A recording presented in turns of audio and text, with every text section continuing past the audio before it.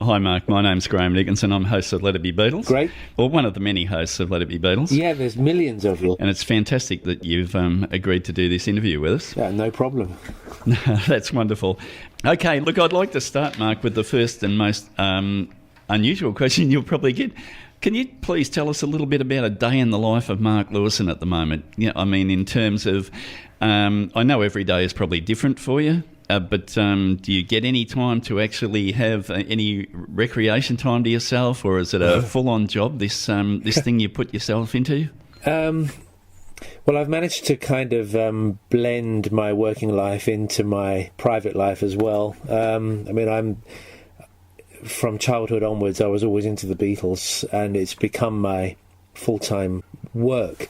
And the way I work is that I don't switch off from it, so I'm actually at it all the time. But I do have a private life as well, I suppose. I have 2 children who have flown the coop, and I have a lovely wife who's around and who takes care of me. I work from home, so we see each other a lot, even though I work about as many hours as I can a day. If I can, I'll do about 15 hours a day. So she's very understanding. I try to do what I call a double day every day. At least if the normal working hours are 8 hours, say, I try to do 15, 16, and because I work on my own, I have very few interruptions, so I'm actually fully focused the whole time. So a typical day, well, they all do vary, but I do get up very early. Emails are quite intrusive, but they're also a necessity in my work, as they are for most people. And then I spend a little time in the morning trawling the internet for things that nice people around the world might have posted, illustrations that might be useful to me with my work, documents or photographs I haven't seen before of the Beatles, and there's always more to see. And then I just get quietly into it for as many hours as I can of whatever the work might be that day. And with a book like this, I'm a one-man operation, and there's a hell of a lot to do. So there must be a certain amount of travel that comes into this as well, because you've obviously, from reading the book, we know you do a lot of interviews and you've moved around.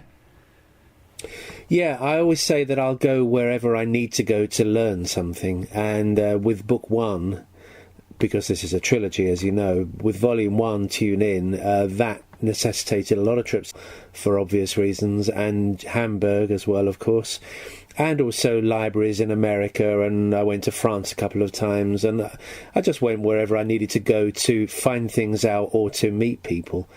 But that will change. That is changing already with Volume 2. There's less travelling involved with Volume 2, but I do need to spend plenty of time in libraries, particularly in America. And I would be doing that in Australia too, had the work not been done already, which it has, and I've had access to that. But basically I'll go wherever I have to go to find something that needs to be found, provided that I know about it. Mark, it's Simon Smith here. Hello. Hello, Simon. Hi. Mark, I just wanted to ask you just quickly, before we sort of really get stuck into all these years, I just wanted to have a quick chat to you about some of the books, while we've got you, that you've written prior to all these years. Yeah. Or Tune In. And now, are you referring to the first book as All These Years, or are you referring to it as Tune In? Well, I call it Tune In. The series as a trilogy has a title, The Beatles All These Years, but each book has its own title, and the first one is called Tune In.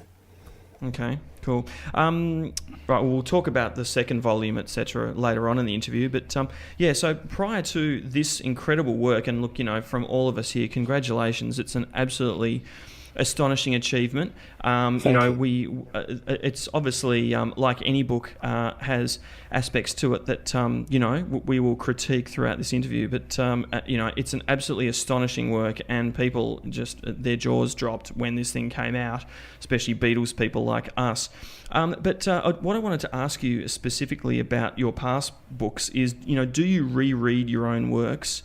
Do you trust everything that you've written of your past writing, and basically how do you look upon your past books that you've written over the past 20 to 30 years?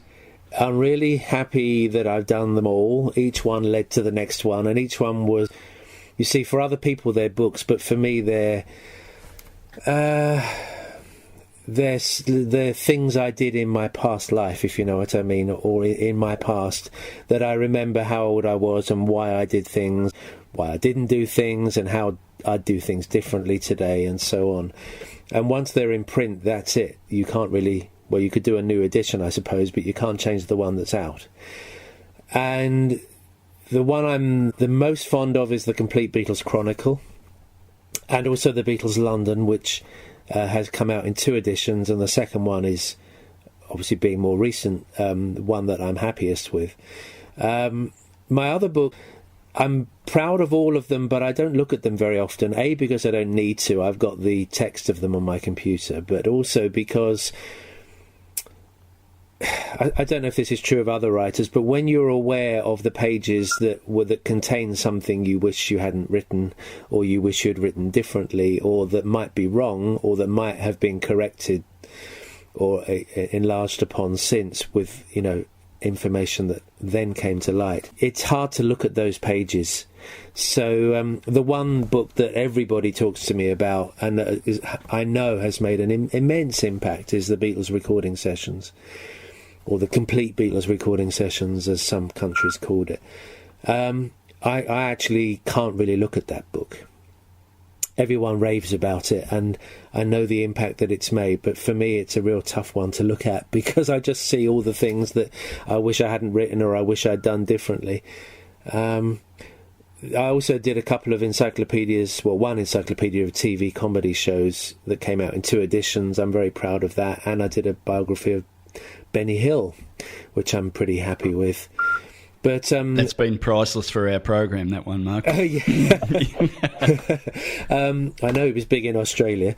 Yeah, he was big in Australia. Oh, he was on a lot on TV here, and we all grew up with him, and we can see where you're coming from with that. Yeah, a couple of my key interviews for that book were with people in Australia. Oh wow!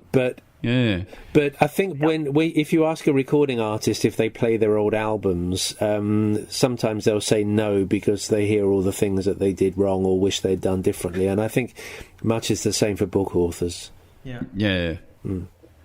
Can you tell us a little bit about the creation of Tune In and the whole series, actually, about the very early days when you were trying to create it and trying to, where did the inspiration come from, and why did that whole idea come into the fact that there had to be an Ultimate Beatles book? Well, it's twofold, really. The first one is I was in Amsterdam 12 years ago or so, visiting a friend of mine called Harry Claassen, who won't hear this because he doesn't do the internet. But he's a great reader, and he has a tremendous library of books, Beatles books, and plenty else besides. And he has I thought it was 3, but apparently he now tells me it's a 4-volume biography of Gustav Mahler. Uh-huh. And he showed me this, and I think with a motive that I would be motivated by looking at it to think, well, the Beatles should have one of these as well. And indeed, that's exactly what happened. Good old Mahler and everything like that. But if his work and life is worthy of a book of that magnitude, then certainly the Beatles is. And that tied in with the fact that back when the Recording Sessions book came out, my American editor in New York, Michael Peach, said to me, you should write a biography of the Beatles next. And what was there? There was Hunter Davis's book, and there was Philip Norman's Shout. And I knew that they weren't the be-all and end-all of books, but I certainly didn't feel that I was capable of writing anything like a book like those, because I wasn't grown up enough. I was still in my 20s and didn't know enough about life and didn't believe in my own ability, or hadn't necessarily developed my ability. So at that point I said, no way, I couldn't possibly do that. But when I did that biography of Benny Hill, it was partly because I wanted to write that book, but also because I wanted to see if I could do it. Could I write a biography? Because all my books have been reference books, like the Recording Sessions book, where you look something up and then you close the book again. I hadn't written a narrative. And the Benny Hill book showed me that I could do it. Very much so. I really enjoyed it, and it's a good book. It got great reviews, and it deserved those reviews as well. It is a good piece of work. I'm happy with it. So then I knew I had to do the Beatles with the Mahler influence and the Benny Hill effect. I knew that I could write biography, and that a multiple volume biography of the Beatles was needed and should be done by someone, and no one else was going to do it.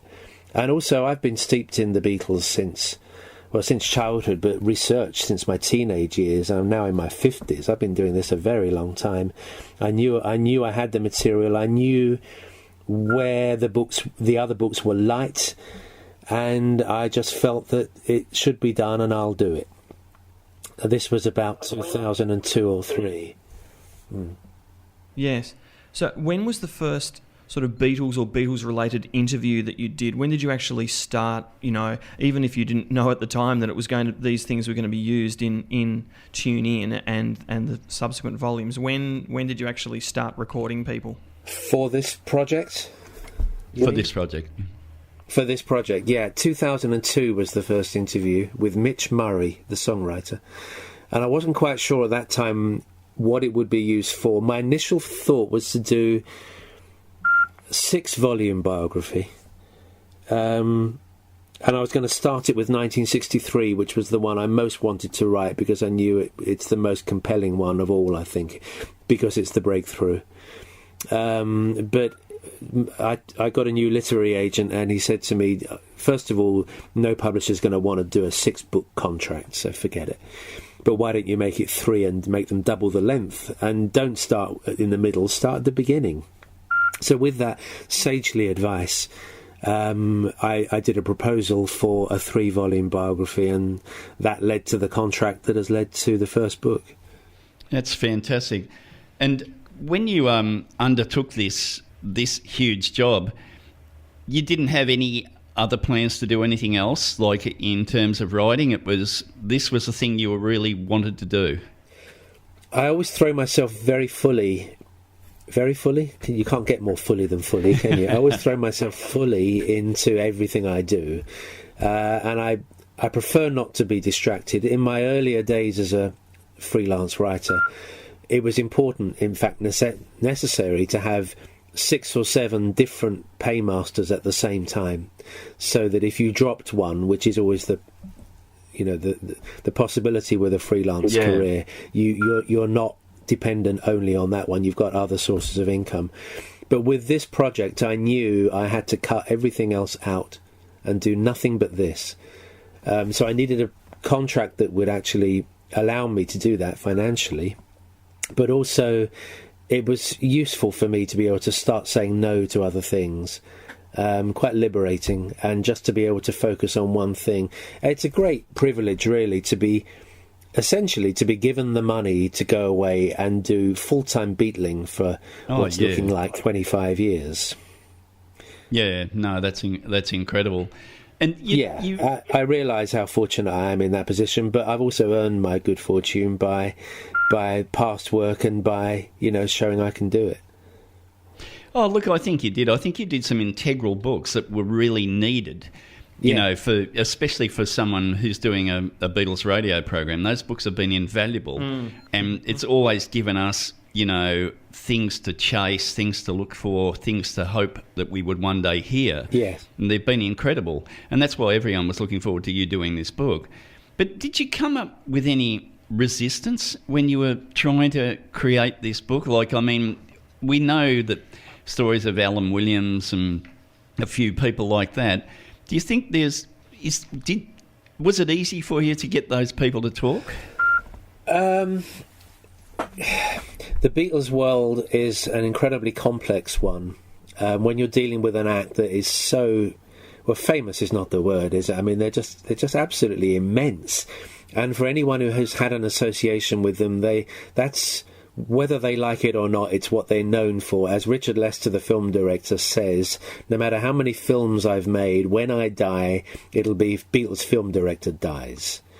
And that's the way it is for everybody. And everybody has had to come to terms with it, and naturally they've all done so in their own particular way. And there are some people who will not talk about it anymore. There are some people who can't wait to talk about it for the rest of their life. And there are people, well, and every shade in between. And as a writer, you have to deal with all of that and manage your relationships with all these people. Since you mentioned Alan Williams, I've known him since I was 18, and we've had a kind of checkered history together. But obviously I knew he was essential for this book. He's somehow got himself a bad reputation of being a bit of a joke figure, and where whatever he says you can't believe. But that's doing the man a disservice, because actually he was a vital player in the story, and I do mean vital. Well, he comes out quite well in your book. Very well. Yes, absolutely. Lay it on the line exactly what this guy did. But at the same time, I'm not interested in putting any nonsense in the book, so I needed to sit down with him a number of times and really go through things and discuss what was rubbish and what was true, and challenge him and so on. And he was up for that. And we did have those sessions, and I think I've told his story kind of better than he has, in a way, because I put it into context, exactly what he did. Yeah, it was very clear and precise. But there are people who won't speak to me, and there are people who are dead and so on. But with this book, it's not only what people are saying to me. Quite a few of the people have died already. I mean, people in this story started dying in the 60s, Stuart Sutcliffe and Brian Epstein and so on. And they've been going at a steady rate ever since. Mal Evans went in 76. I can't just use what people are telling me. I'm using whatever those now dead people said while they were alive, and I'm saying where I've got it from. Yeah. So, Mark, in terms of in mentioning Alan Williams, let's look at some of these key side characters before we talk about some of the actual Beatles themselves. So we've talked about Alan Williams and how Graham's mentioned that he's been given probably greater credit in the book for the story than probably from any other book previously. I'm sure. But let's look at people like George Martin. I mean, behind the kindly face and soothing voice from your book really lurks a man with a troubled past, an adulterer, highly ambitious. And given the story about Norrie Paramore, or what is that, Norrie Paranoid, he's also quite a vindictive man. Did you want to expand on any of your findings about George Martin and any stories you might have yourself that you'd like to share with us? You've just used some adjectives there which I would refrain from using myself. I mean, by a dictionary definition, he was an adulterer, yes. I mean, I think that's the term on the divorce papers that from his first wife.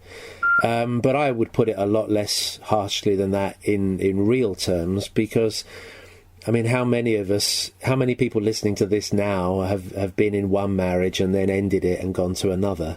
It's very common these days. It was perhaps less common in the 1950s and 60s, but by his own words, George found himself in a poor quality marriage fairly soon after it started. In fact, it began with a lot of guilt because, as he says in his own autobiography, his mother forbade him to marry this woman called Sheena in 1948, and he dismissed her warnings and married her anyway, and then his mother died just a few weeks later out of the blue, and he felt racked with guilt, and he writes about all this himself. And I think that and other things probably cast a shadow over the marriage, which to all intents and purposes was over within just a few years, and slowly but surely he began a very discreet and entirely proper relationship, upright relationship with his secretary, Judy Lockhart Smith, to whom he's still married. They've been together now, they've been married for almost 50 years. They've been together for almost 60. So in that respect, he was an adulterer, but I'm very fair in the book in the way that I write about these things. It's not for me to be judgmental. But I do write about that. The business with I nearly said Noddy Paranoid, because that was John Lennon's name for him. Norrie Paramore, who was George's senior producer at EMI, senior colleague at Abbey Road. George has been envious. George was envious of Norrie for a number of reasons through the late 50s and into the beginning of the 60s. And when eventually George's success with the Beatles eclipsed anything that Norrie could ever achieve, the envy didn't quite go away. And I think this, again, is just a very human thing. I'm not painting out George to be a black, have a black mind and kind of be like sticking pins into Norrie's voodoo doll. Yeah. But just there was an envy there, and we all have envious relationships in our lives, or most of us do.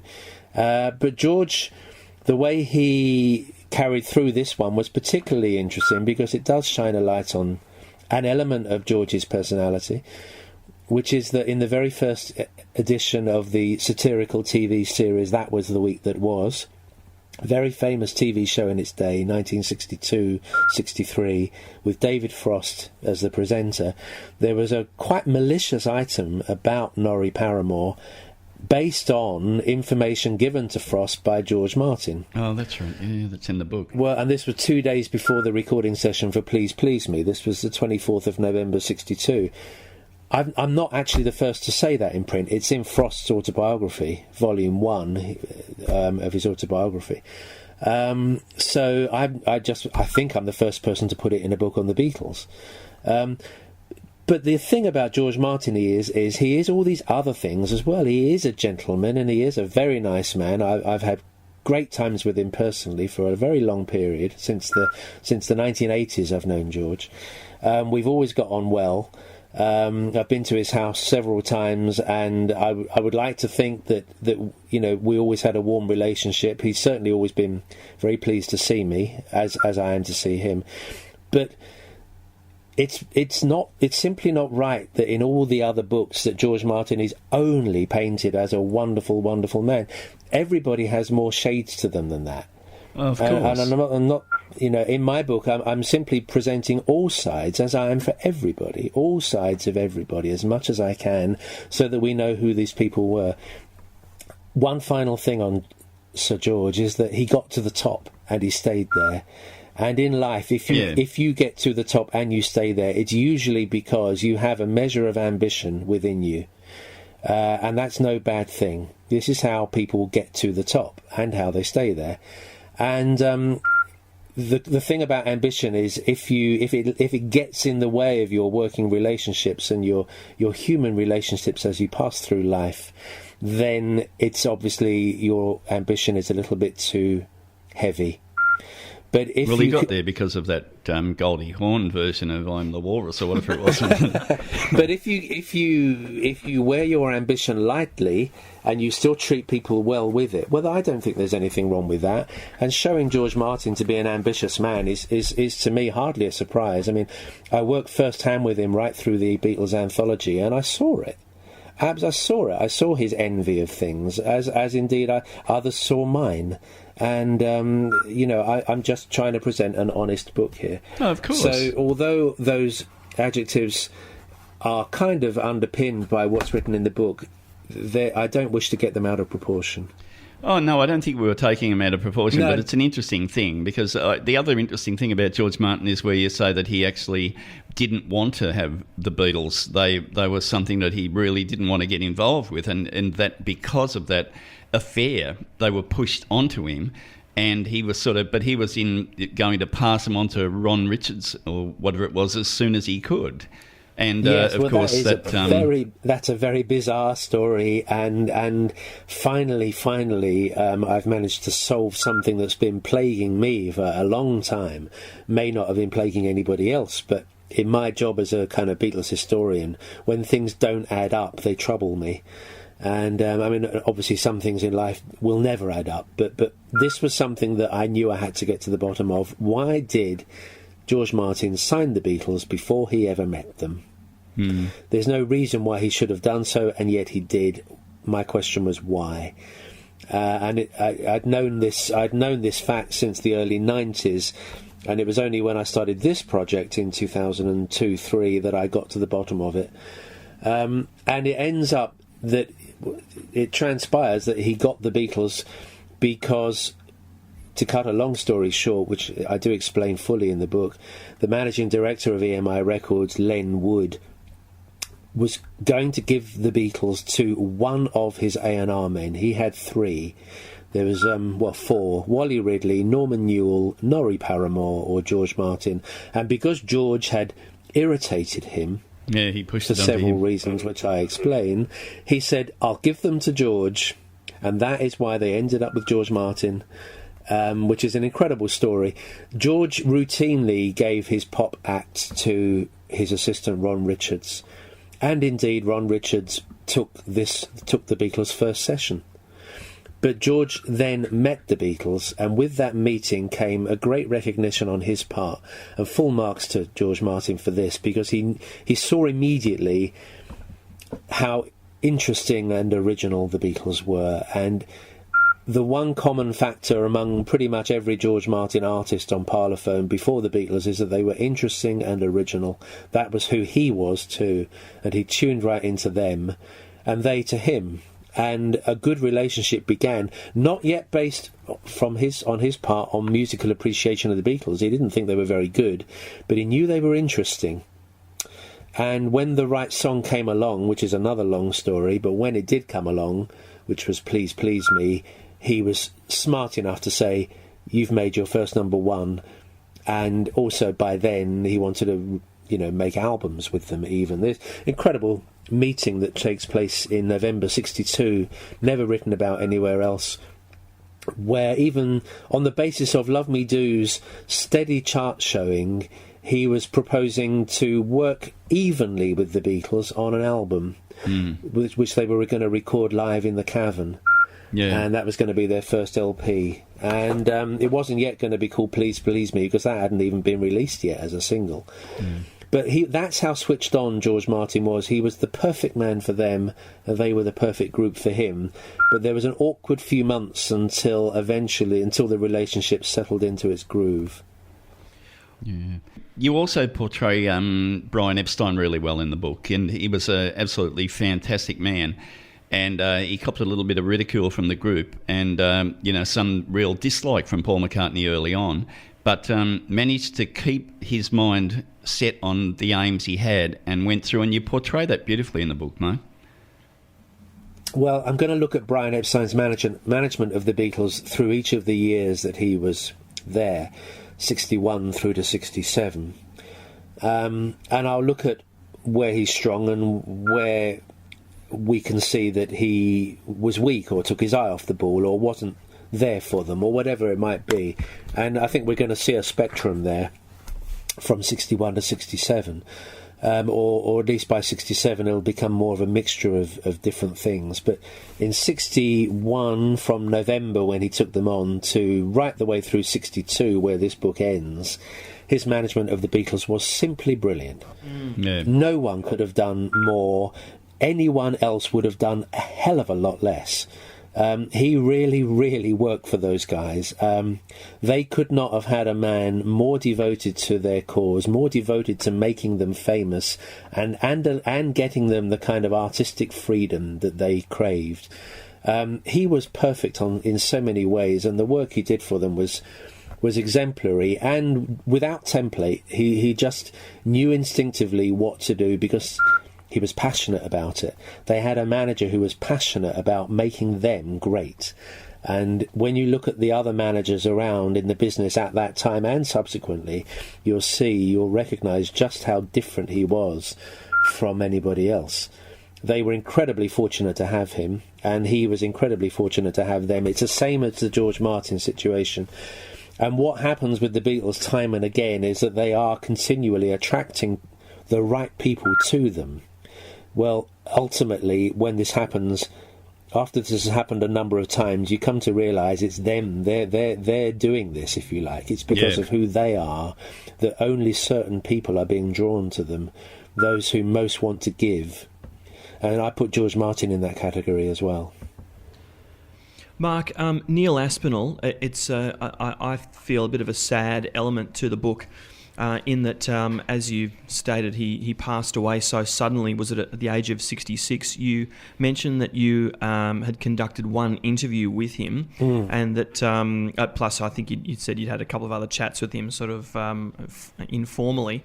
Can you tell us sort of how long the conversations were that you had with Neil that you did record, and you know, did you talk about things like the Mona Best, you know, him being the father to Mona's child? Yeah, it came up a number of times. Neil Aspinall attracted the reputation of being the man who would never speak. You know, the secrets were safe with this guy. No one could be more loyal, etc., etc. And all of that is true. But if you were fortunate enough to be with him and for him to have confidence in you, which he had in me and others, not just me by any means, but if, for example, you're on the inside, which I was for many years doing projects for Apple, which meant doing projects for Neil, then he would talk. And he would talk very lucidly and quite candidly. I had many memorable sessions with Neil in his office, the first one 1983, and then fairly regularly from then on through the 80s, and particularly through the 90s. During the anthology period, we had lunches. I went to his house a couple of times. We had good times together. No more so than anybody else necessarily. Others were closer, I'm sure, but I can only speak of what I had with him, which was a number of encounters that were always pleasurable because he spoke so frankly, and he also spoke just like the Beatles. He really was like a Beatle, Neil, in the sense it was a lot of swearing, a lot of very memorable swearing, if you know what I mean. He swore wonderfully.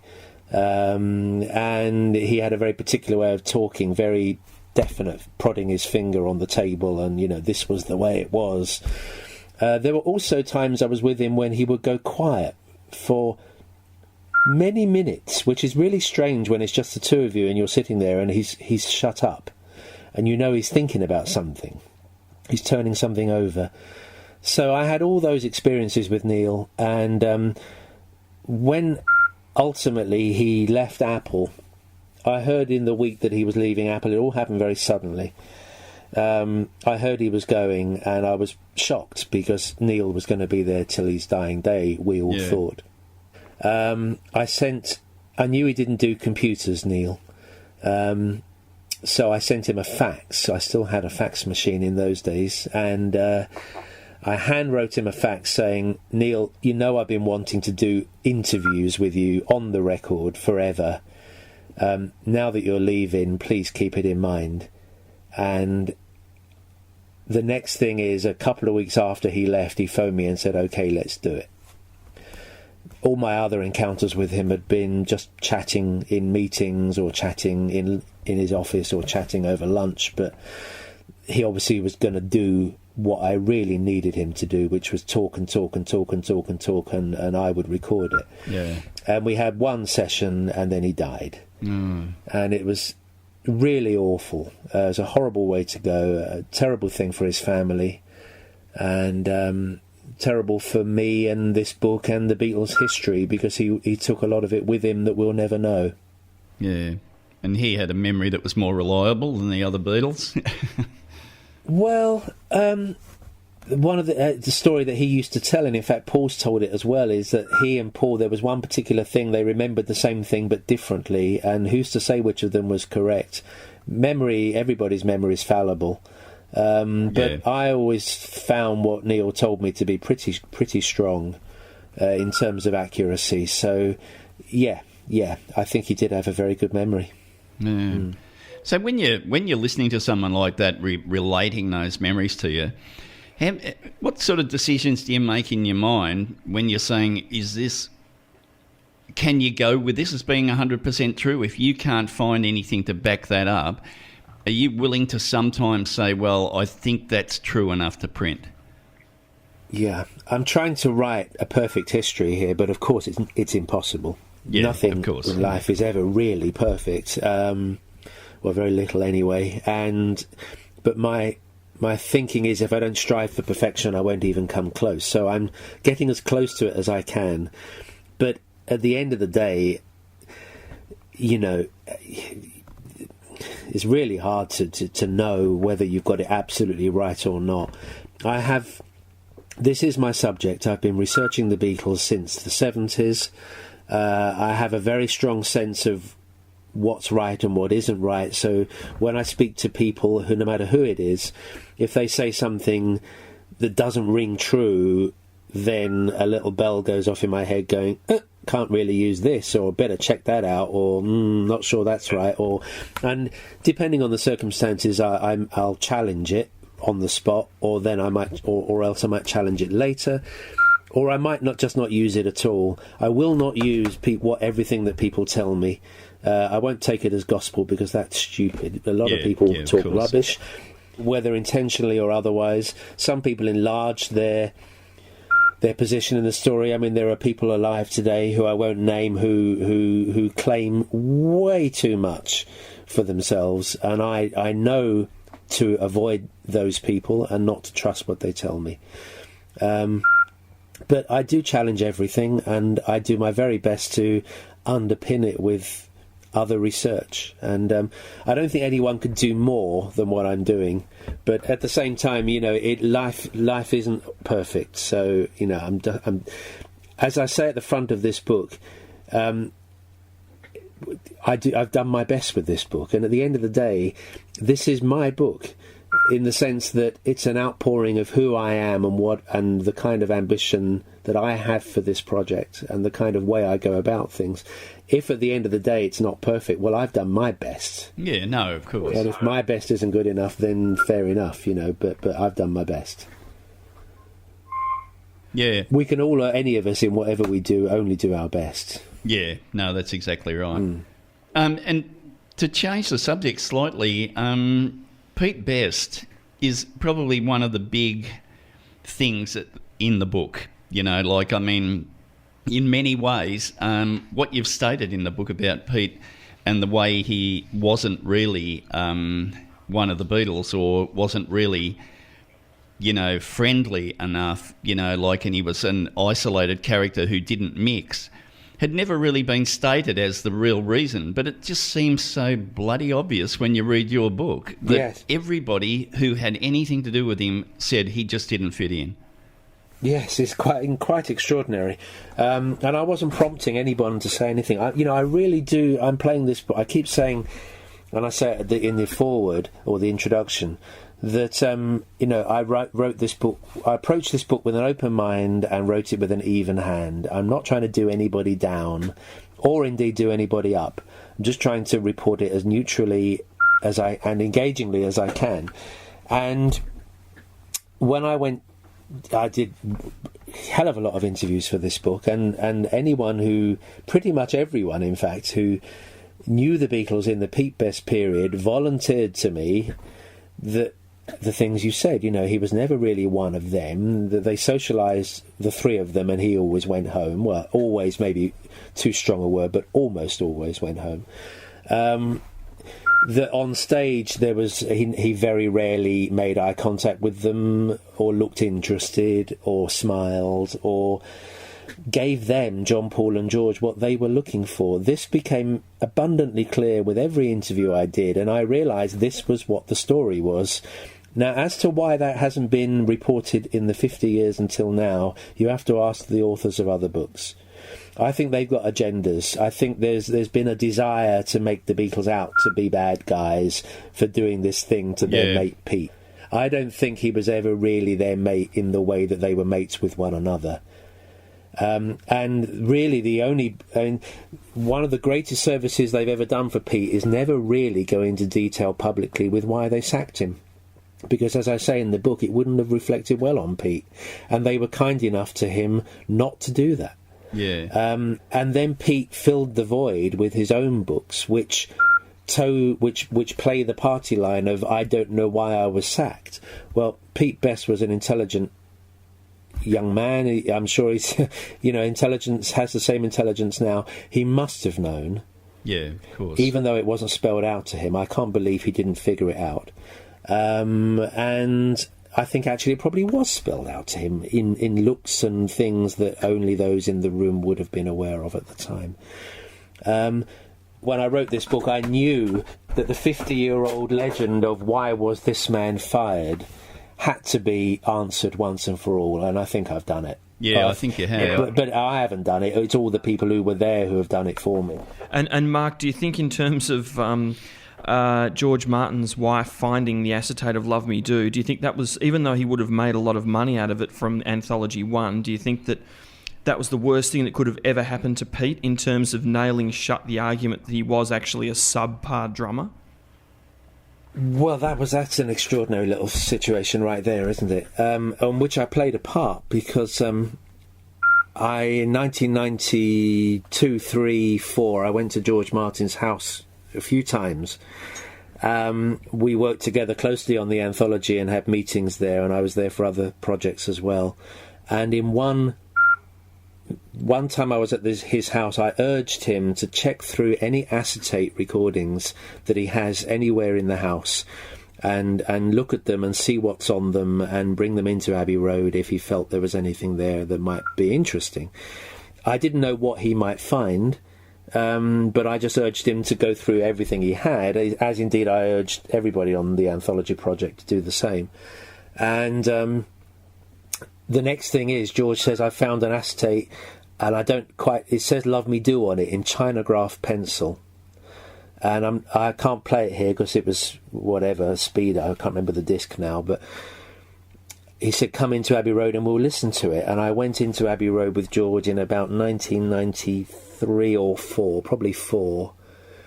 And we heard this acetate of Love Me Do, and it was very clearly the Pete Best version, because it wasn't the Andy White version and it wasn't the Ringo version. It had to have been the other version that we didn't know, which was the Pete Best one.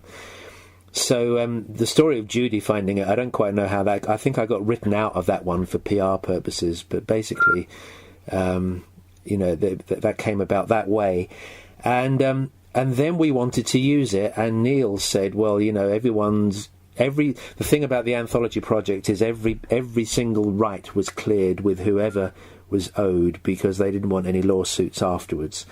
Because Pete was on that recording, they wanted to clear it with him, and that meant a payment. And Neil engineered a payment to his mate Pete. They were still friends, and it was quite a large sum of money. I never found out what. Because there were a number of tracks on the anthology that had Pete. But the problem for Pete was, though he got the money, we also, all of us, got to hear one of the reasons why they fired him. Because the drumming on that track is erratic, to say the least. And that's why George Martin and Ron Richards said at that first session, well, we won't use him next time the Beatles come down to record. Turns out, I now find out, that was the 4th time the Beatles had been in a studio and Pete had been found wanting. 4 out of 4. Yeah. Had Decca signed them, they weren't going to use Pete either. Yeah. So yes, it's a bit of a double-edged sword that Pete got the money, but we all got to find out what kind of a drummer he was. Yeah, and the death of the atom beat. Yeah, well, the Beatles the one thing we know about the Beatles is that their music progressed rapidly from when they got into the recording studio from 62 to 70, their music, it developed enormously and at great speed. What I now know from researching and writing Tune In, and people are now reading it and finding the same thing, is that development was going on before we could see them and hear them as well. It was going on before 62. And when they were in Hamburg doing the hard stomping rock and roll, I've no doubt that Pete was a great drummer for them. Everybody who saw them when they got back to Liverpool in end of 60 says that Pete was great and that he influenced other drummers.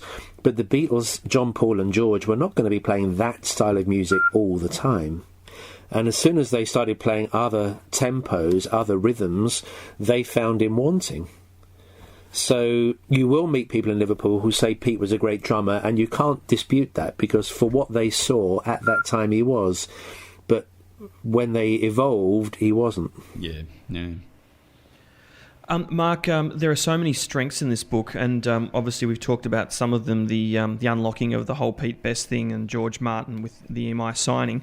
Another one, I think, is also the fallacy that Liverpool sailors returning from stateside were the source of all these American R&B discs that otherwise were not available in the UK, which you've 100% proved to be complete and utter bollocks. Was that something that had been written in other books before? And as an adjunct to that question, did you want to just tell us some of the highlights of Tune In that you think were previously unknown, unpublished, unwritten about, that you're really proud of? Oh, blimey. Well, the first part of that, you see, in life... Just take your time. Yeah. In life, people have agendas, and if they shout loud enough, we all get to hear them. And, of course, the internet is fantastic for that. And I use the word cautiously because you can get a bit much sometimes. But there are people in Liverpool who are desperate to push the idea that the Beatles got all their records off the sailors, the merchant seamen who were plying the Atlantic route, sailing to and from Liverpool and America. Often the people who are pushing this line are the people who did it themselves, the sailors. And of course there was definitely a lot of stuff being brought back from the States, including records. If you had a lot of families in Liverpool had a merchant seaman in them, either directly or through a cousin or uncle or brother or something, and so as a consequence, a lot of houses in Liverpool ended up with American goods, and some of those would be records. But the thing is, the Beatles didn't have John, Paul, and George didn't have those connections. George's friend Arthur Kelly, his brother-in-law did bring a few things back from the States, and George got to hear an early Elvis record that way. Again, with all these things, very little in life is 100% of this and no percent of the other. There are shades in between, and I would say that the Beatles, John, Paul and George's influence of the Cunard Yanks bringing records back from the States is about 95-5 against. Not 100, but most of their records, most of the music they heard it in record shops, because the best of American records were released in Britain on British labels and were available in any shop in Britain through ordering the usual method. And there were some shops like Nem's in Liverpool which prided itself on having everything. Or being able to get everything. And the Beatles didn't only use Nem's, but they certainly did go in Nem's a lot before they ever knew Brian Epstein, whose shop it was. And that's where they got their repertoire from, not from merchant seamen. Ringo, a little bit different. He was into the country music that he loved was not issued on British record labels very much, and he mostly got to hear that through connections of people who brought them back on the boats. So there is a little bit of that going on with Ringo, but John, Paul and George barely at all. George's guitar, his brilliant Gretsch guitar, that came from a merchant seaman. That was bought in New York. So, little things like that did happen. But the way it's been painted all these years of they got their music from the ships is wrong. As to part two of your question, I always say that there's something that the thing about this book that is most surprising is its totality. It's the fact that you might have known this bit or that bit or the other bit, but you didn't know it in context and you didn't quite see where it fitted in. And I'm reluctant always to cherry pick little bits that amuse me or that enlighten me, because they're everywhere. So I'm going to bottle your question basically and just say that it's in the weave of the book is the fact that the whole thing is like we didn't know these people before now. They become 3D instead of 2D. That was always my aim, and I think I got there. And So it's all of it, really. All of it is a surprise. But there's, if I cherry pick, I'll be kicking myself for not mentioning this, that, and that. Well, Mark, good answer. I'll tell you something, Mark. One of my favourite parts in the book is the part about Derek Hodgkin, who was managing the J Page 3, and George went up to him and said, "Have you got us any more dates, Derek?"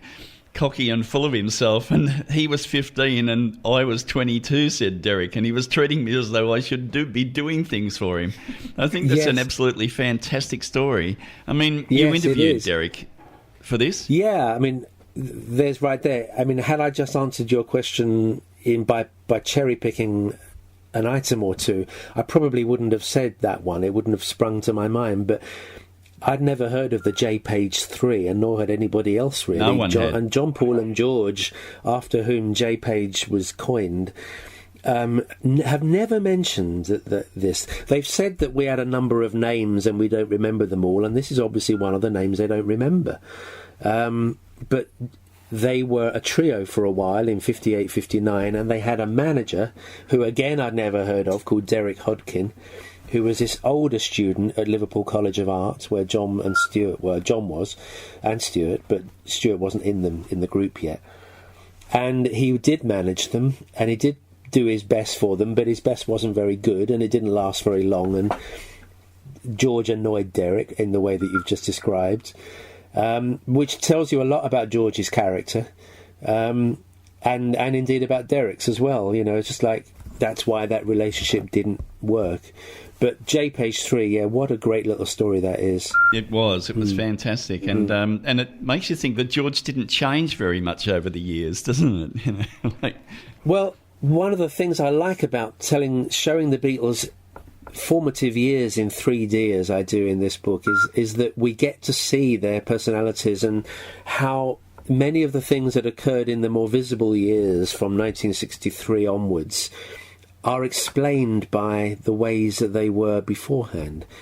I mean, we all have characters and personalities and traits and likes and dislikes and so on, and you with the things that we know of John, Paul and George in the famous years, you see them here as well when they're young. George in particular, I mean, got his character from both his parents.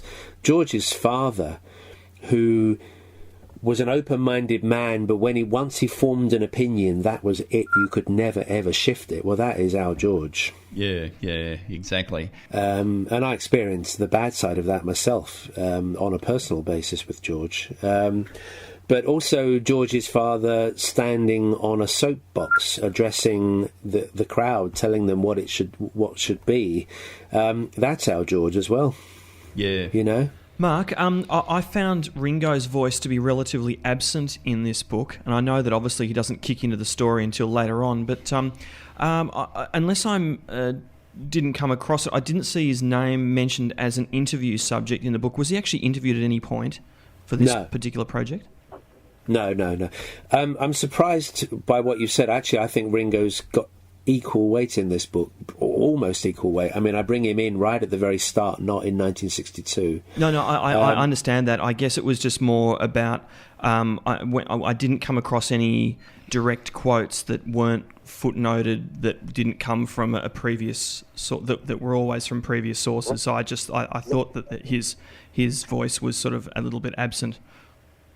There's a lot of wonderful quotes from Ringo in this book from interviews. Ringo's a very good interviewee, I should say, very good interviewee. But I've never interviewed him, so there's nothing directly to me. But I do have some wonderful quotes in the book from other interviews that he's done. A couple of them in particular that he did, kind of 1976, one on radio and one on television. Revelatory interviews, which I mine heavily, and say, of course, where they come from, where the quotes come from. But I've never actually interviewed Ringo, so there's nothing from him to me in this book. To a certain extent, interviews with the Beatles themselves would probably not have been of tremendous use to you, because a lot of the unknown aspects of the Beatles' career would be highlights in other people's lives, not so much in the Beatles' lives, do you think? I do think that I do despair at the questions that the Beatles are asked, and were always asked, actually. But along the way, since they gave so many interviews, and since they always had such a lot to say, and since they always spoke so candidly, we do have some amazing quotes from them. But generally, well, no, almost universally, I would say that interviews with any of the Beatles, the questions are poor. And we're lucky to have such wonderful responses from them, which is more a measure of them than the interviewer, I would say. I mean, I when I wrote about Stuart's death in this book, Stuart Sutcliffe's death, I went looking for anything that John might have said about him, and there's nothing. Yeah. But that's not because he didn't want to talk about Stuart, it's because nobody asked him. Yeah, exactly. The guy's best friend dies at the age of 21, and no one asked him how it felt. But yes, nobody asked him. And McCartney couldn't remember consoling him in the period of his mother's death either, could he, in your book? No, but John and Paul weren't in each other's lives daily still at that point. And also, as Paul said, it was something you didn't talk about. Yeah. You were aware you weren't talking about it, but you didn't talk about it. People were much less open in those days, but it might even be the same now. I mean, it was obviously a very sore, sensitive subject. Of course, it was. But Ringo is heavily in this book, and his story is a fantastic story that's never been told. I mean, you listen to any interview with Ringo these days, and whenever he's asked if he'll write his autobiography, he always gives the same kind of, "Oh, no one's interested in the first 22 years, and that's what I want to write. They're only interested in the Beatles." Well, I've now done the book he says no one's interested in writing, and my God, I can see why he says it would make a great book. It does make a great book. I might eventually one day extrapolate all the Ringo bits from this book and just make a book of that. Be a Ringo biography, pure and simple, because it's a tremendously story and untold until this book. Well, he was a star, wasn't he? Whether he's read it or not, I do not know, though. Mark, Gary's got a question. Fire away. There's a guy I want to ask you about, Mark, a guy called Tom Whippy. Oh, yes. He played an important part in the Beatles' career, didn't he? Tom Whippy, yes. Who on earth has ever heard of Tom Whippy? Tom Whippy was, yes, a vital player in this book. He gave himself a professional name in the music business of Kim Bennett. Quite unusual for a man to call himself Kim, and it led to all sorts of confusion, but not the only one to do so. Kim Bennett, as he preferred to be known, was a crooner in the 1950s who had no real success with some records on Decca, and gigged around for a while until eventually his style of music went out of favour, and he went into music publishing. And he was the guy who was pushing the Beatles in London before anybody else. He was the one who basically made the EMI contract with George Martin happen. And he was the one who, when Love Me Do came out and was receiving very little support from the record company and none from George Martin, who didn't like it, Kim Bennett, or Tom Whippy as you rightly call him, was the only one in London who was shouting its virtues and managed to get it exposed on the radio and get it into people's ears, which is what helped to sell it. So he played a major part before being sidelined out of the story, which is another interesting little development. How did he feel, or the company that he worked for, how did they feel once they lost out on the Beatles and Dick James got the publishing rights? He worked for a company called Ardmore and Beechwood, which was a wholly owned subsidiary of EMI Records Limited in London. So basically he worked for EMI, the publishing arm of EMI. And as I write late in this book, they were sidelined pretty much by George Martin, and Brian Epstein invited to consider Dick James as the Beatles publisher from the second record onwards. Now, Dick James deserved his slice of luck, and he did incredible work for the Beatles in that period as well. But Ardmore and Beechwood lost out. Now, as I make clear in the book, they weren't necessarily losing. They wouldn't necessarily have had the Beatles forever anyway.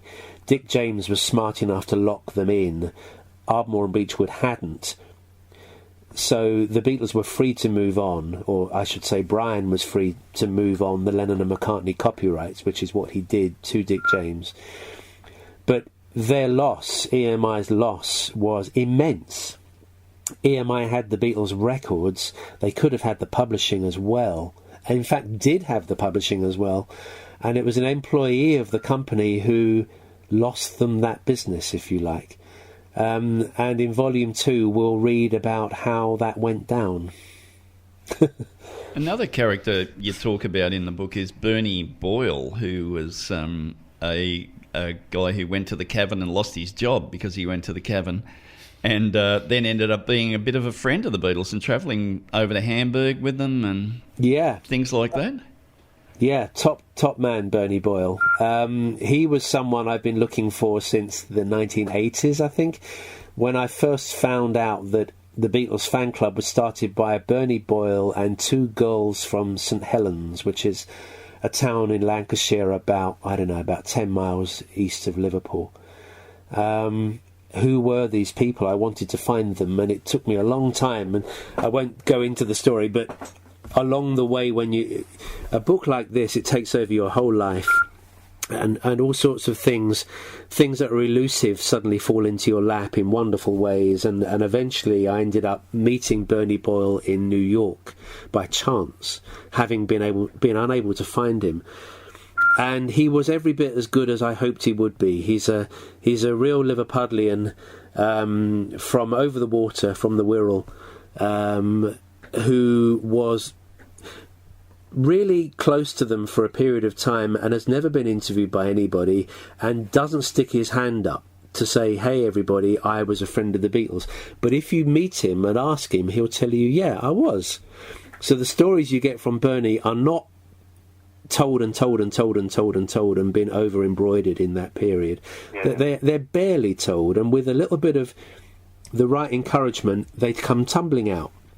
And he was their mate. They treated him quite badly. I mean, he was a young kid, and they took the mickey out of him a lot in ways that only the Beatles, well, not only the Beatles could do it, but the Beatles had a particular savagery in the way that they could take the mickey out of people. But Bernie put up with it and rode it and hung around, and he was the butt of a few jokes, but didn't mind, and in the process got to hang around with them. He was in the van with them when they went down to Peterborough for the Frank Ifield show, which was a nice story in the Beatles. Gave me great insight into what it was like in the Beatles van that day. And he went to Hamburg with them, or at least they were in Hamburg, and he went out and joined them there for a couple of weeks, and they kind of they took him under their wing, and he has great stories, and he's a real hero of this book, and a very nice guy who is a postscript to all this, went into road managing rock bands as a career. He's a tour manager, does lots of artists. To this day, he's still a big operating tour manager. Ended up on a McCartney tour about 10 years ago, and even then didn't put himself forward and say, hey Paul, remember me. Very cool guy, Bernie.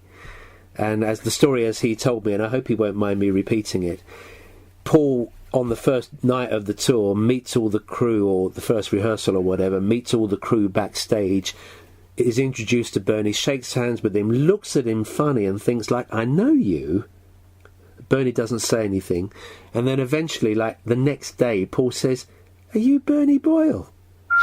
And and that's how cool Bernie is. So and he now lives in LA, and he's a good guy, and long may he last. And he's one of many star contributors to this book who have never been mentioned in any other book. That's fantastic. It was a wonderful story. That's a great story. Yeah. Mark, just on that, on old friends of the Beatles, Has Paul remained friends with any of his really old time, school chums, and ditto Ringo with his? I'm not privy to their private lives, so I can't answer that one with any great certainty. Ringo, I know he's still friends with Roy Trafford. Roy Trafford was his mate from when he first worked in the factory at the age of not quite 16. I think it was Easter 56. I think he began at H. Hunt and Sons. And Roy Trafford was there, and they've been mates ever since. They were in the first skiffle group. They formed the first skiffle group that Richie was in. Roy still calls him Richie, not Ringo, because that's who he is. He's Richie. And they're still friends. I don't know how often they see each other, and it's none of my business. But I do know that there is still direct contact there. And maybe there are others that I'm unaware of. Roy Trafford was another wonderful contributor to this book. I'm very proud to say that where I couldn't get the Beatles, I got to their best mates, and their best mates have all these wonderful stories. In Paul's case, I don't know that he's in direct contact with anyone from school. The guy that helped teach him guitar, Ian James, who was another fabulous interview for this book, sold the guitar that he taught Paul on. It was a Rex acoustic guitar, about almost 10 years ago, I would say.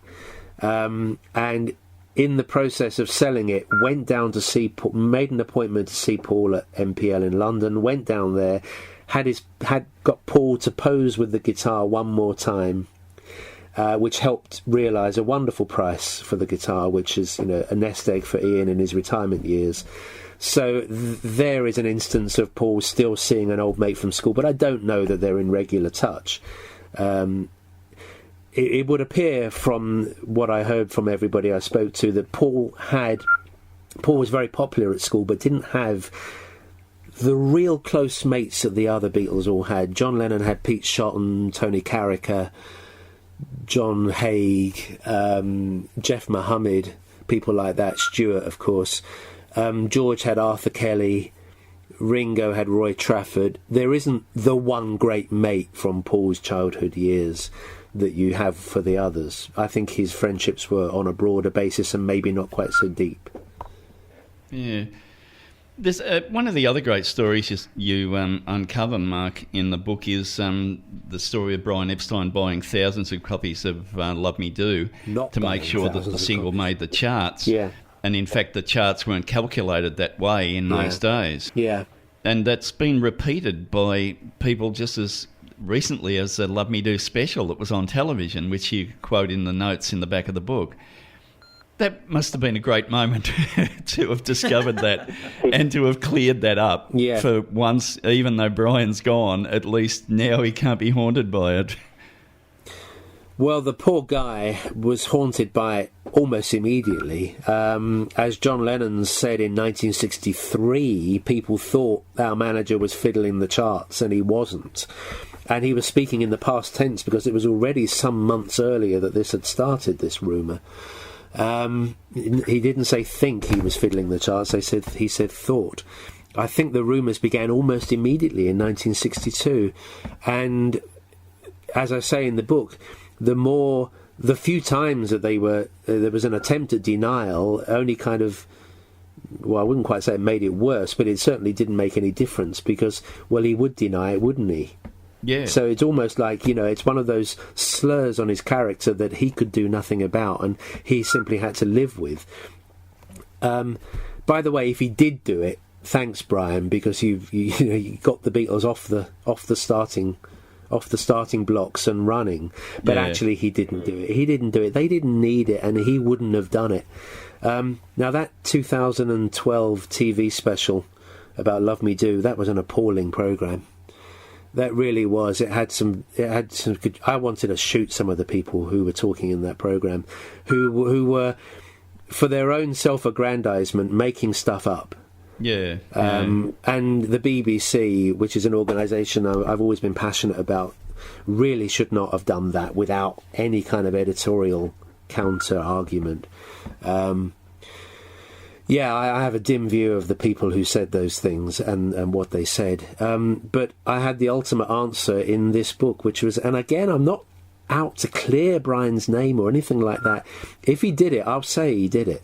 But I found that he didn't do it, and I explained why it wasn't necessary. And yeah, why. well, it wasn't even relevant, was it? No. To do it. And this is an argument that's sustained for 50-odd years before someone has finally stood up and say, hang on a minute, this does not add up. But unfortunately, I think probably the prior argument will be the one that sticks. Yeah. Mark, you've rewritten so many elements of the Beatles' history in this book, and I want to congratulate you for that. One of the things that I thought was most fantastic, that I think often has been overlooked by so many biographers, is that George Harrison really regains his prominence in the band here, doesn't he? He was way more integral than practically all accounts give him credit for. And I think that you've done a magnificent job in really making him an equal, I guess, except for the fact that he was younger than John and Paul. He really is an equal in so many ways to those guys. Yeah. Again, forgive the broken record here. I wasn't trying to do that. I just wanted to tell the story as honestly as possible, and this is what comes up from the research.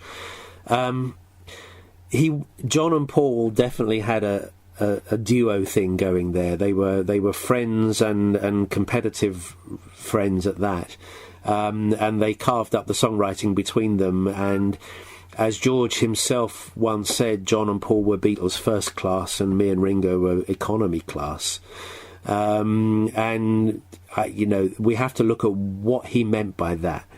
And I will be endeavouring through all 3 volumes to explain that, to show by demonstration what underpinned that kind of remark. But there were many other ways in which he was their equal. And I don't want to get too fanciful here, but the Beatles, there's the Beatles who made music, and then you could look at them as the Beatles as this kind of amorphous thing whereby it was a state of mind. And John, Paul and George were equals in being Beatles in that way, in having a say, in contributing, in complaining, in objecting, in going forward, in putting their foot down, in whatever it might be. They were a democracy. With Pete, that was never a foursome, but with Ringo it was. So once he joined, they became a fearsome foursome. I quite like that. I think I'll use that in Volume 2. But they were so tight together, and they were very equal. That's, as Paul McCartney would say, very equal. They really were. They were 25% each in the process. John Lennon was ultimately the leader, had been always. It was his group. And as he said in a number of interviews, whenever the shit hit the fan and a heavy decision needed to be taken, or when one of them needed to give an answer for all of them, the other 3 would fall silent and wait for him to do it. Yeah. So he was always the leader in their eyes, but in so many ways they were equal, and that certainly applies to George.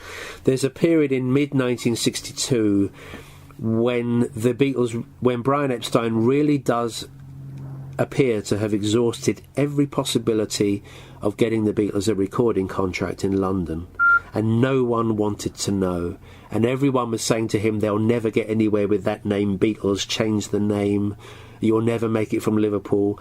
There was even a day or a night when amongst people of such optimism, John and Paul's spirits sagged. George still said, no, something will happen, something will turn up. And that was one of so many strengths that he brought to the band. And it needs to be said. It needs to be said because I want to turn all this around actually and kind of ask you a question, although it's a rhetorical one as well. Why is it that it's been 50 years before we've actually found all this stuff? Why am I the first person who's found all this when there have been so many books and, a number of biographies of the Beatles? Why? Where were the other authors, and why were they not looking for the stuff that has now shown us how it was? It's too big a job, Mark. And maybe it's just because it needs the the tyranny of distance, or the tyranny of time, to actually put that separation between the end of the band, even though there has been hundreds and hundreds of books, thousands of books, even going back to even when they were around. I mean, maybe it's just that these things need a big passage of time before people are prepared to actually look at them in the context of what they achieved. And also, I think if you have a look at the history of Beatles books, there aren't too many Beatles books that actually say any single negative thing about any Beatle. Yeah. It's always positive things. Yeah. The Love You Make was the only book that ever came out that portrayed a darker side to the Beatles. And what you've done, Mark, is you brought out a book which isn't obsessed with the darker side, but it is showing both sides of the Beatles. Yeah. So that's something that a lot of authors haven't been willing to do, I think. Yeah. I mean, I said it was a rhetorical question. You've come up with some really good answers there, and I think I would agree with them. I would agree with everything that you've all just said. But also another part is that I think other writers have come to their books with an agenda. There's the biography of the Beatles that does Paul McCartney down on every page. Why? Because the author didn't like him. Yeah. I mean, what's that about, I feel when I buy a book like that, I want my money back, Have you been threatened with any legal action or nasty letters from friends or loved ones who may have felt slighted about what you've written after the book's been released? No, I'm glad to say, no lawsuits. It was read for legal purposes, both in Britain and America, and certain changes were made to hopefully avoid the possibility of legal issues. No, I've not had any bad reaction really from anybody, at least none to my face, and so I'm quite happy about that. But if I do get some, I'll just have to defend myself, because unlike Albert Goldman, say, or other writers who shall not be named, I've not set out to do anybody down. Even where this book goes into sensitive areas and the people are still alive then, or their descendants are, then I've tried to write it with sensitivity. I'm not going to leave something out unless I make a particular judgment that something might... one or two things I left out for reasons of that they would have been too unkind to print, but they're not fundamental to the story. Otherwise, I just write as sensitively as I can, because it's not for me to do otherwise. Do you know if McCartney or Ringo had read the book? No feedback at all from Ringo, but we don't have relations anyway. But he's not. I'm waiting for someone to ask him in an interview, and I'm waiting for someone to bring up some of the things that this book has, and him to say, "Where'd you get that from?" Yeah. But so far as I know, no one has yet. And similarly with Paul as well. When this book came out in October 2013, the very same week that he brought out an album called New, that contains a track called Early Days. Yeah, I was going to mention that. Because it has a pop at me and the likes of me. Not just me, and not me in particular, but me in amongst other people and other things, which was quite nice timing, actually, I thought. And he, as a consequence of issuing a song like that, he was asked directly by someone in London whether he would be reading my book, and he said no, like that. But whether or not, that might have just been a PR line. Because that's a funny book, reaction. There's a hell of a lot of stuff in this book about his family life, and it's told with immense fairness, and I can't believe that he wouldn't get into that. And indeed everything else. This is a book about his whole life I'm writing here, well, certainly the first 30 years of it or so. So he might have sneaked a peek at it. I did give him a copy, and I wrote in it, I did my best, and which is true.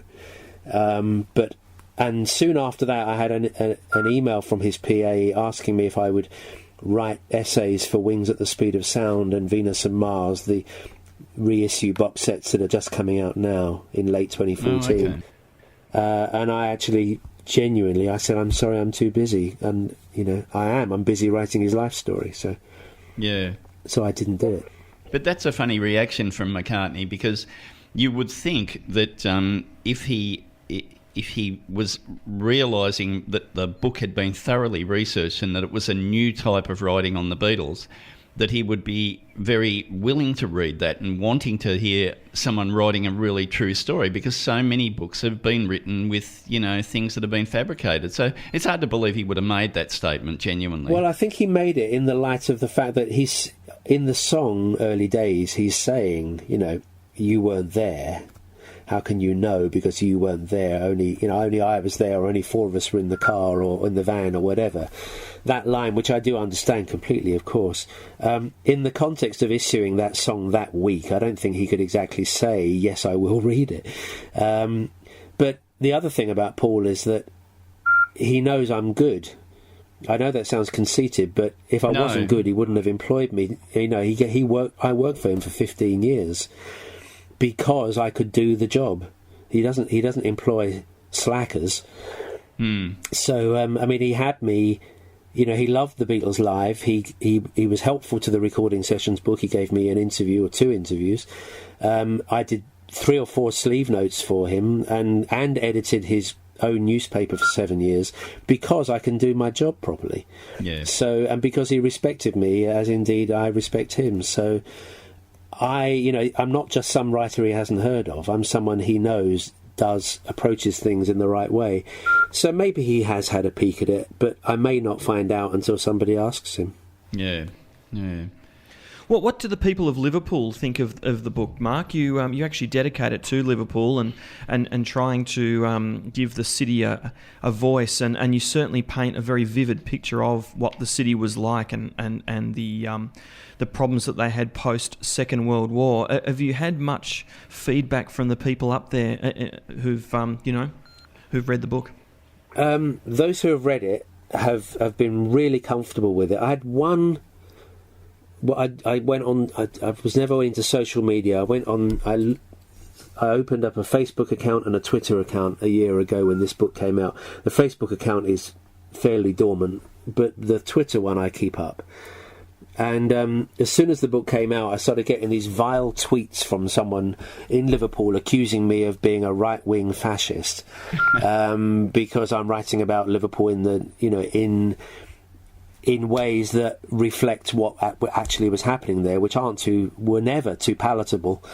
And that's the way I write about them. I'm no right-winger and I'm no fascist, and I muted him on Twitter immediately because I didn't need to have that poison coming in. Most people in Liverpool who have read it say that it's a wonderful book about their city, and that I've written it with what is clearly the genuine love and affection for Liverpool that I have. I've written it honestly, but my feelings for Liverpool are very strong, and if you read the end of the book where I write about how I photograph Liverpool, which is a hobby I have, then you'll see what my feelings for Liverpool truly are. And I think that comes across, and most people there who have read it have seen it. I think a lot of people in Liverpool haven't read it, though, because I think with all the books on the Beatles that there have been, they kind of, they're just like, oh, not another one, and even though this one is the best one in terms of representing their city and its past, and certainly it's the most deeply researched biography of the Beatles in terms of its Liverpool past, I don't think the people there can get beyond the fact that it's just another book on the Beatles. Those who have read it like it. Now, Mark, I heard an interview with you a little while ago where you said you buy roughly 30 books a year on the Beatles. Yeah. Where do you keep them? Yeah. Every time I kind of do a Beatles bookshelf, it's full and crammed, and I'm running out of space. So they're all in my office, which I call a library these days. They're all here. I'm looking at them right now. They're on every bloody shelf, and they're piled up on the floor because the books I've bought in the last few months, I've got no space to put.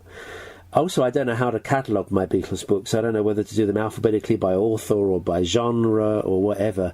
So quite often I'll get up now to get a book and I can't bloody find it.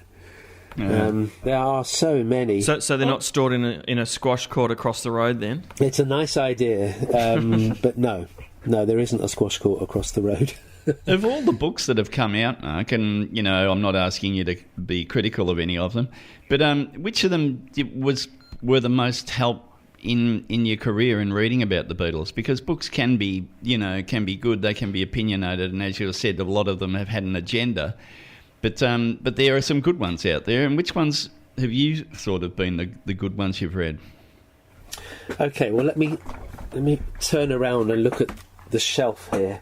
First of all, I started reading about the books about the Beatles in about 1970, 71. So I think this is true for most things in life. Those formative experiences go deeper than subsequent ones. So from that period of time, Lennon remembers Apple to the Core, Hunter Davis's biography, and a big shout to the 13-part radio series that the BBC did called The Beatles Story in 1972. Major influence on me. Roy Carr and Tony Tyler's The Beatles, an Illustrated Record. Is another huge one. But since then, there have been so many. And what can I see here? The reference books by the likes of Chip Madinger, Bruce Spicer, John C. Wynne, Chuck Gunderson, Some Fun Tonight, Kevin Ryan and Brian Keyhughes recording the Beatles. There are many great books on the Beatles. The chart books, the Harry Castleman and Wally Podražic's trilogy of books beginning with All Together Now. They were great. Big influence on me from 1975, 76. Anything by Derek Taylor. Wonderful books they've done themselves. The Beatles anthology book is sensationally good. George Harrison's I Me Mine, Paul McCartney's Many Years From Now. Loads and loads. John Lennon letters. Hunter Davis has just brought out the Beatles lyrics. That's a very handy book. Books that compile interview quotes. Books that compile literary criticism about the Beatles, and so on and so on and so on. I could easily put together 100 essential books on the Beatles. But obviously there are some books I could dispense with as well. But I like to have them all. Because it becomes a collection, When mine comes out, I'll send you a copy. It's called The Beatles in Altona. They weren't around much over here. Well, the books about the Beatles in different countries and different cities are incredibly useful. I'm looking forward to Andy Neal's book and Greg Armstrong's book that's coming out in due course about the 64 tour. No, don't mention the war, Mark. That book is, and I really enjoy Glenn A. Baker's book, The Beatles Down Under, although I think Andy and Greg's book is going to go deeper into certain, research areas in terms of documents and things. So you can always learn more. And yes, I'm very fortunate that there are so many people in the world doing such wonderful work on the Beatles in their own way. Mark, that's a beautiful segue into a next couple of questions which relate to research. At one of the end notes, you've listed that there's a quote that you've taken from the Trinidad Express. I mean, when I read that, my jaw just dropped, and I thought, how far is this guy going? Like, how widely is this man scouring newspapers and sources, etc.? I mean, can you give us a bit of an insight into just how much paper research you've done, certainly in terms of... so let's just start with newspapers and magazines. It is a major part of my research day, which is every day, which is constantly, which is life, is finding things like that. The Beatles once the Beatles became famous in '63, they had a level of fame that is really beyond the measure of anything that had gone before, and I think since. And the consequence of that is that whenever any of them went anywhere, it would make that town or that city's newspaper. I even found in a newspaper in the Lake District in the northwest of England a little report in June 1969 that John Lennon had stopped at a petrol station and filled up his car with petrol. Which is of no use to me other than the fact that that was the road trip he took, that started in Wales and then passed up through the Liverpool and the Lake District and ended up in Scotland with a car crash in '69. And that is something I need to write about, and through little pieces like that I know the route he took, which is useful to me as the writer, because I'll be able to make it better for the reader. So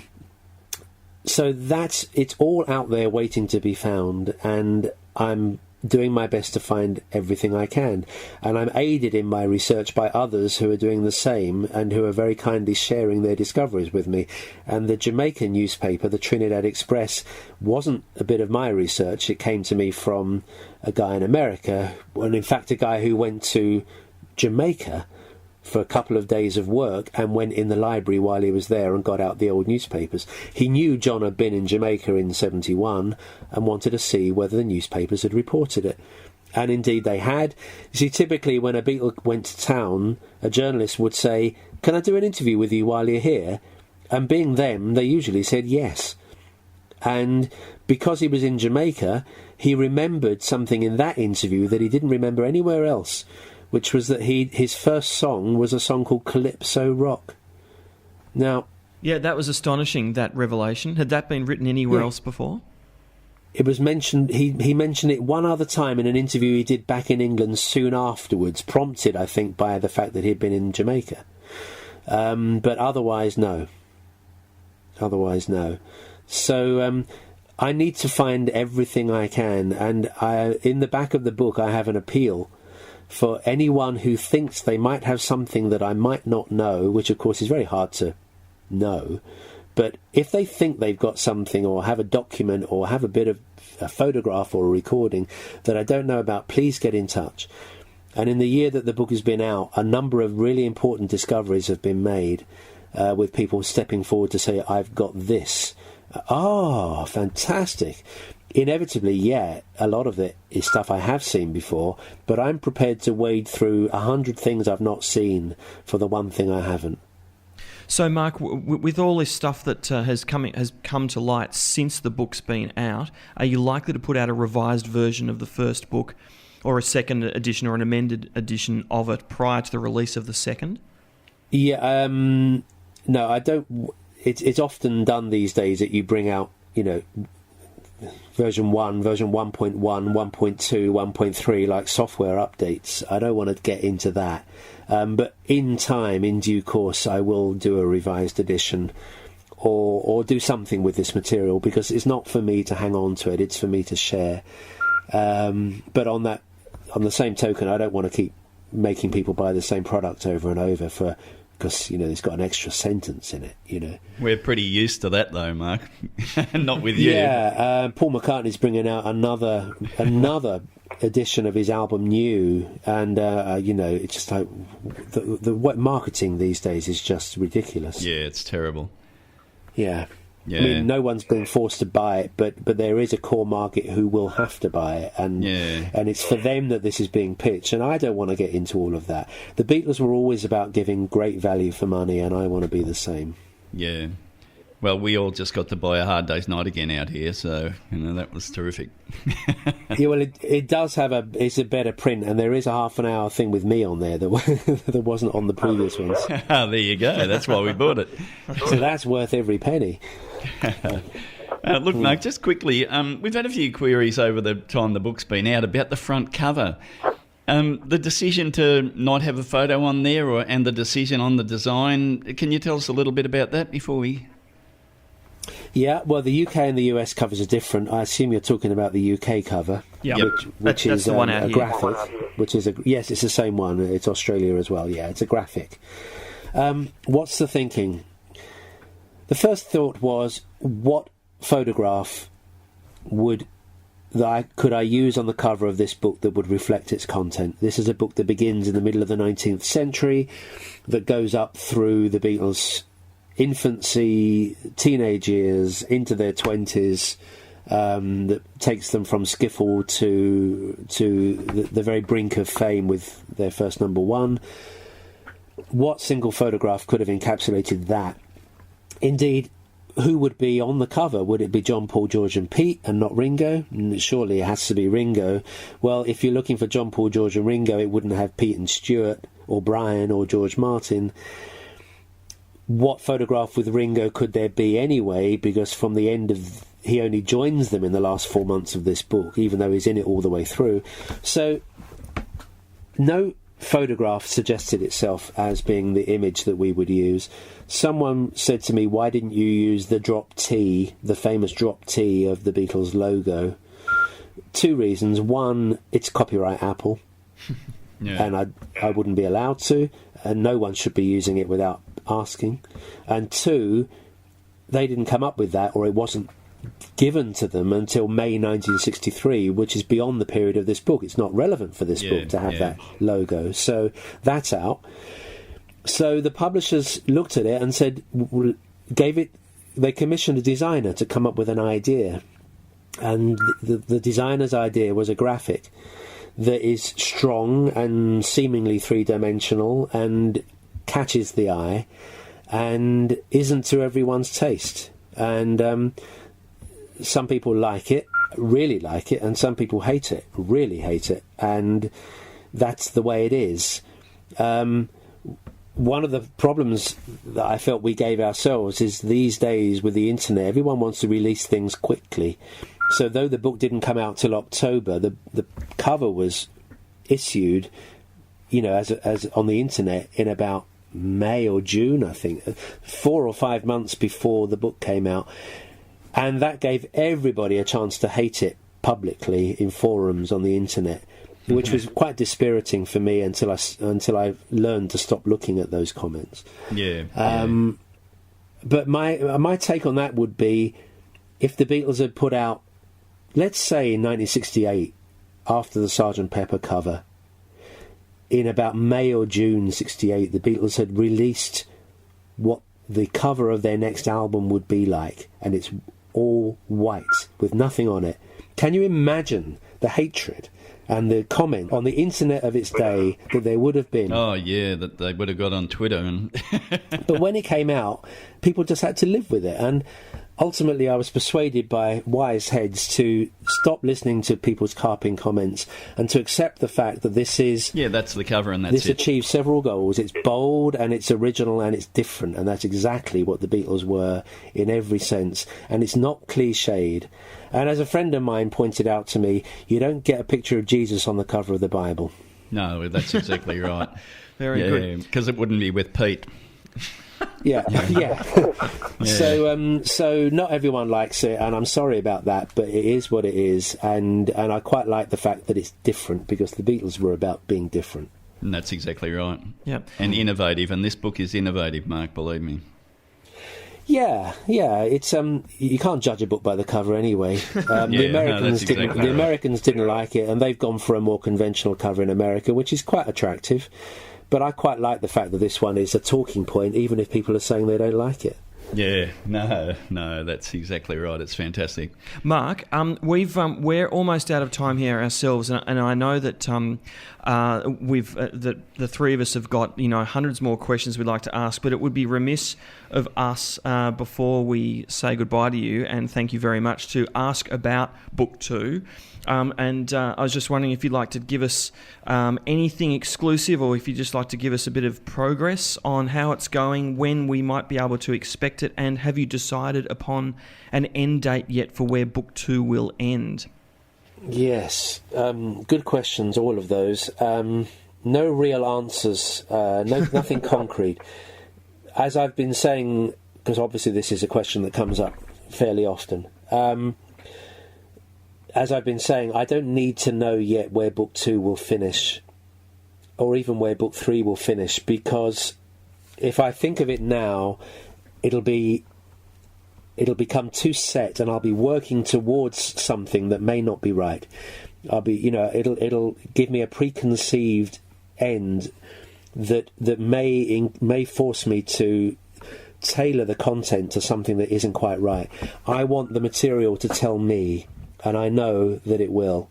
In my mind, I know there are several possibilities. It will be 66, 67 somewhere.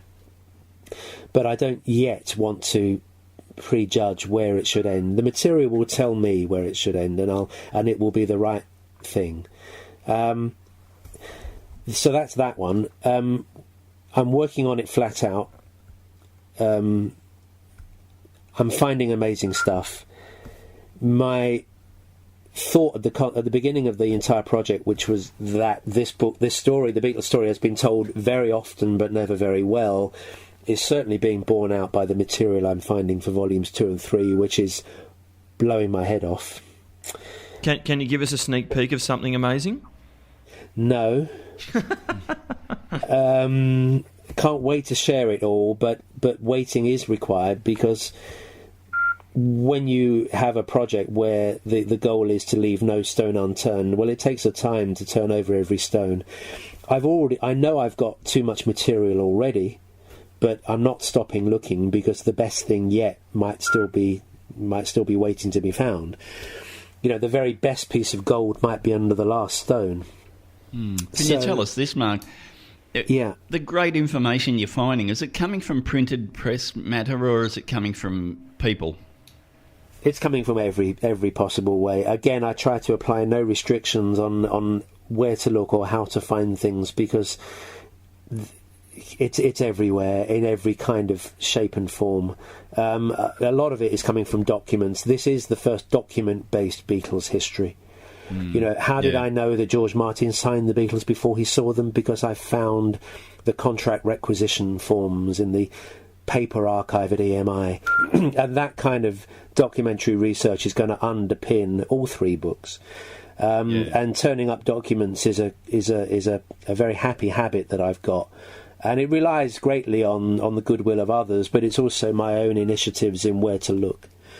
I'm finding amazing stuff, absolutely amazing stuff, and you can't wait to write it and get it out there, but it is going to take a while. I've not started writing yet. I read on the internet that I've finished writing it. No, I haven't even started it. Oh, congratulations on that. And Mark, because we're here in Australia, it would all again be remiss of us to ask. Well, my last question before I say goodbye relates to something that's dear to Australians' hearts, and that's the inclusion of Jimmy Nicol in the band. Now, I understand he's only ever done one interview. Is that correct? And that was with a Dutch magazine about 1984. And I'm just wondering how you have gone. I know you know his son, and I'm just wondering if you've had any luck there with extracting that elusive interview with Mr. Nicol. No, I haven't found Jimmy Nicol. I do know his son. But he says, and I believe him, that he doesn't know where his dad is and hasn't seen him for years, and that Jimmy hasn't seen his own grandchildren. He's very clearly not wanting to be found, and even if found, he's not wanting to be interviewed. So I'm not holding out much hope, but I do keep an open mind to the possibility of it happening. I do know a hell of a lot about all that period, though. We're not short on information. He has talked about it in an interview that was only 20 years after the time, and now it's 50. It's not that I don't have anything. There's actually a whole book about Jimmy Nicol that came out this year or last year, which has some good stuff in it. Jimmy Nicol's already in the story. He's in volume 1 because he's there in the 50s in the Two Eyes coffee bar with Tony Sheridan and the like. I'll if I don't get to him, I'll have it so that you don't notice it. Okay, but there'll be no sleight of hand, because I'll still tell you where all the quotes are coming from. But I would like to find him. Of course I would. I wouldn't be doing my job properly if I didn't try. So far my efforts have come up empty, as they have for everybody else. I don't think he wants to be found. Funnily enough, I know we're going to wrap this up, but the weirdest things happen in life. In 1995, I was paying fairly frequent visits to a creative studio in Putney in London, where the booklets for the anthology CDs and albums were being designed. And I wrote the sleeve notes and had a hand in, overseeing the layout and so on. And one day, this is Anthology 2, and it's got Jimmy being mentioned in the sleeve notes that I'd written. I'm crossing the road to go into that studio, and a man walked across my path in the other direction, and it's Jimmy Nicol. This was 1995. And I just went, oh my God, that was Jimmy Nicol. And, by the time I'd kind of formulated that thought, he had crossed the road and was on his way. And I was late for a meeting, and I just went in. Not late for a meeting, but had to go in for a meeting. And I went in and haven't seen him since. That's incredible, because we thought he was on the building site in Holland. That was in the 80s, I think. He's moved around a lot. He might be in South America. One of the things about that new book about him by Jim Birkenstadt is that where the hell is this guy? He seems to have led that kind of a nomadic life. Yeah. Last seen in South America. He sounds like, some old war criminal, but he's not. He's just an ex-Beatles drummer. Yeah, I remember one story. He was riding a horse and he was calling himself the Lone Beetle or something. Yeah. I think some of those things might be tall stories, but this is what happens when someone doesn't put their head above the parapet. People make up stories for them. Well, that's right. Yeah. But would he not be on an electoral roll in England somewhere? Yeah, but you need to know where to look. Not necessarily, anyway. You don't have to be on the roll, or you could be on the roll but not visible to the internet searchable side of it. So. Oh, well, best of luck with tracking him down. But I do know his son, and maybe if he makes contact with his son, I'll get to hear about it. Well, that's fantastic, Mark. Look, thanks so much for speaking with us, and thanks so much for spending so much time speaking with us. It's been fantastic talking to you. That's all right. The only drawback is you've held up the delivery of Volume 2. So when Volume 2 is late, you're to blame.